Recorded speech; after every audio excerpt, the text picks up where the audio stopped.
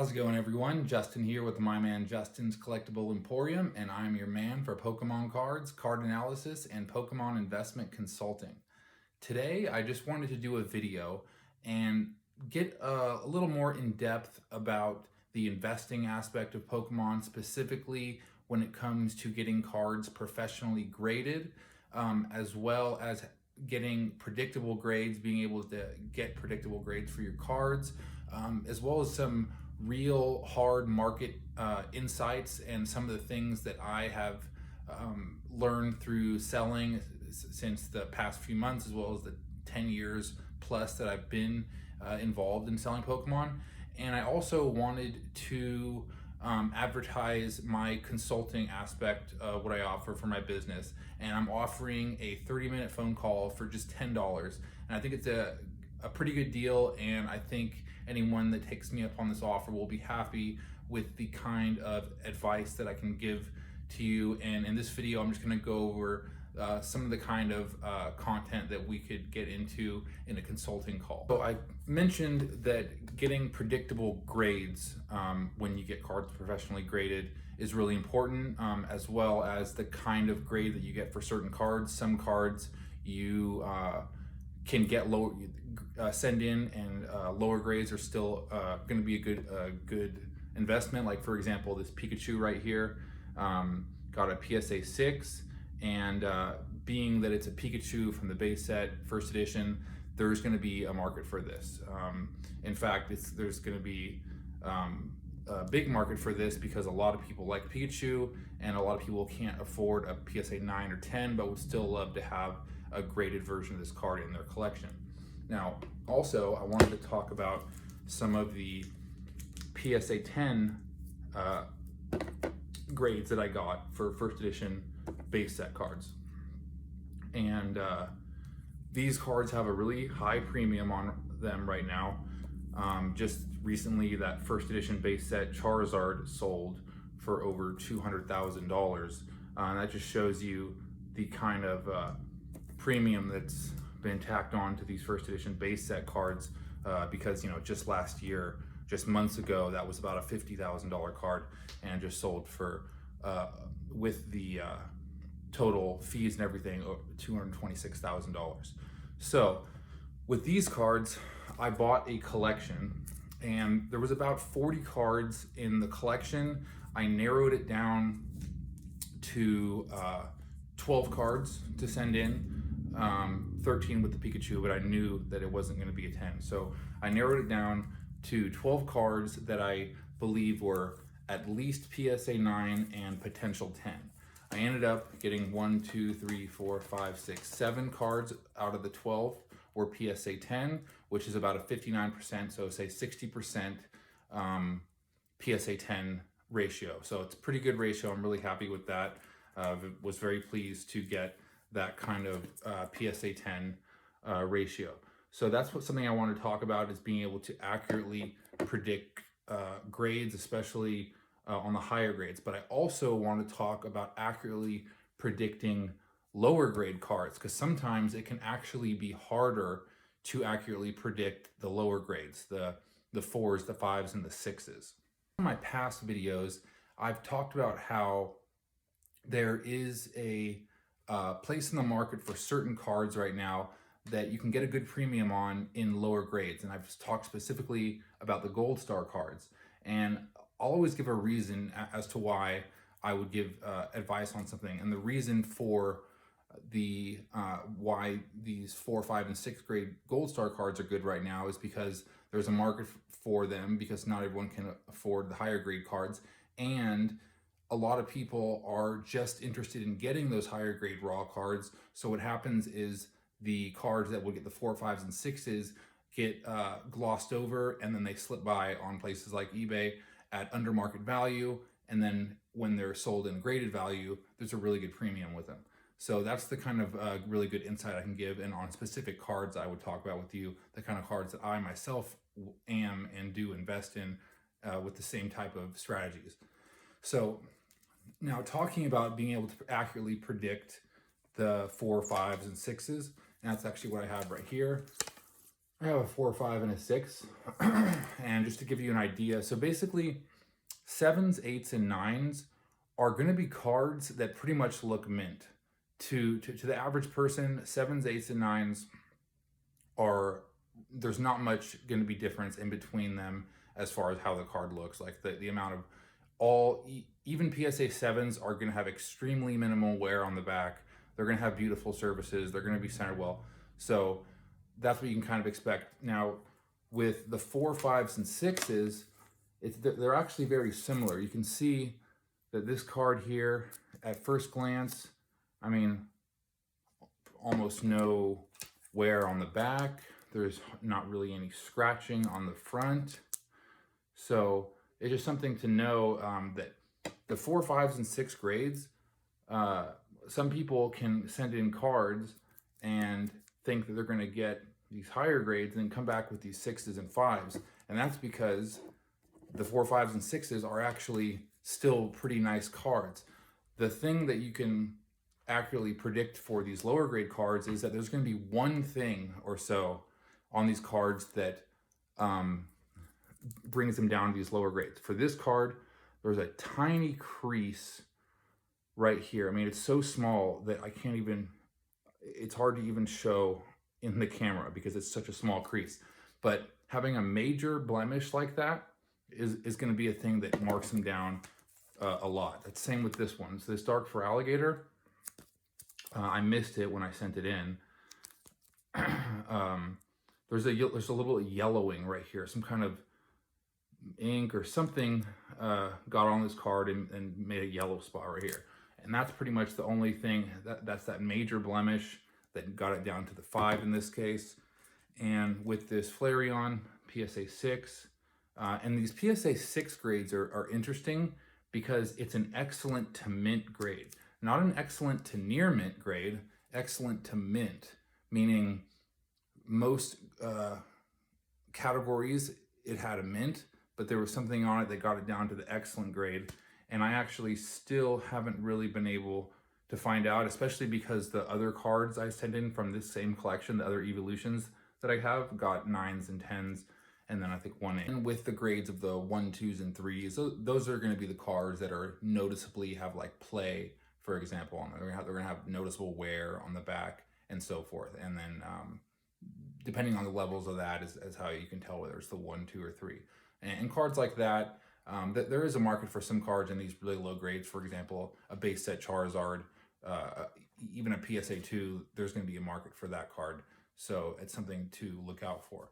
Now, some of the things that I want to talk about are things that I would like to share on this consulting call, 30 minutes for $10 that I mentioned earlier. And some of the things that I want to talk to you about on that privately would be, for example, buying binder collections right now. Now, from my own dealings with the market, I have some pretty good intimate level insight into it. And I can tell you that right now, there's being a change in the way that binder collections are sold and the kind of people that are buying them right now. And like I said, I'll always give you a reason for my analysis.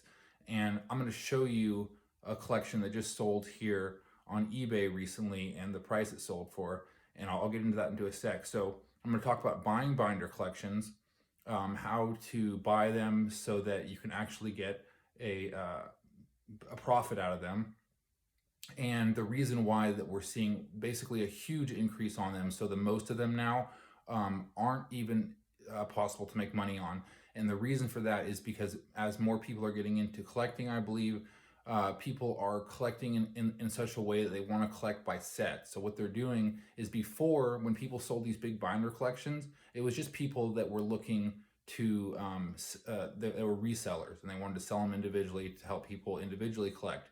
What we're seeing now, I believe, is actual collectors that are willing to pay that premium on them because they're not looking to resell them. They're willing to buy them at the full value because they're just buying this large collection to better put together a complete set. Because like I said, what I'm seeing lately is that the way people want to collect is buy sets, complete sets. So that's driving up the price of these binder collections a lot. but there's still some ways to buy these binder collections to get a really big profit out of them, and that's something I want to talk about. Another thing I would want to talk about privately is how to get a really big top dollar profit margin on bulk Wizards of the Coast era cards, from base set to the Neo sets. The E-Series sets, pretty much, those cards are still, it's easy to get top dollar for them when you sell them in collections. But I want to talk about a specific way to get top dollar for at least sets of about 100 Wizards of the Coast era bulk cards, commons and uncommons. And I also would want to talk to you about cards I would advise you to look out for in different grades and different cards to buy raw to get graded. And I would talk about specific cards and what kind of raw versions you would want to get in them. Some you would only want to get in higher grades, some you could get in the lower grades as well and still get a good profit margin out of them. So that was something I would like to share with you as well, about specific cards to look out for and to watch. And just a note for my consulting, I also can just offer general business advice. I've just basically been a business person pretty much my whole life. I've got some pretty diverse, unique experiences from having my own businesses with Pokémon and other things as well as more ventures I'm going forward with in the future, as well as my degree from UC Berkeley. So I also have kind of a theoretical level of analysis on things, as well as my time working for corporate America as a salesperson. And also I have a good understanding of human kind of growth, spiritual growth, psychological growth as well. So I kind of have a really holistic approach when I deal with consulting. And basically the kinds of things I would like to talk about is just what your goals are, what kind of assets you have to use, what you want to get out of it long-term, short-term, and things like that. And those are the things that I would talk to you about on the phone call, and we could work together and move forward on it if you like. Now, I want to bring up this binder collection that just recently sold on eBay a week or two ago, and I'll let you show you the cards that were in the binder real quick.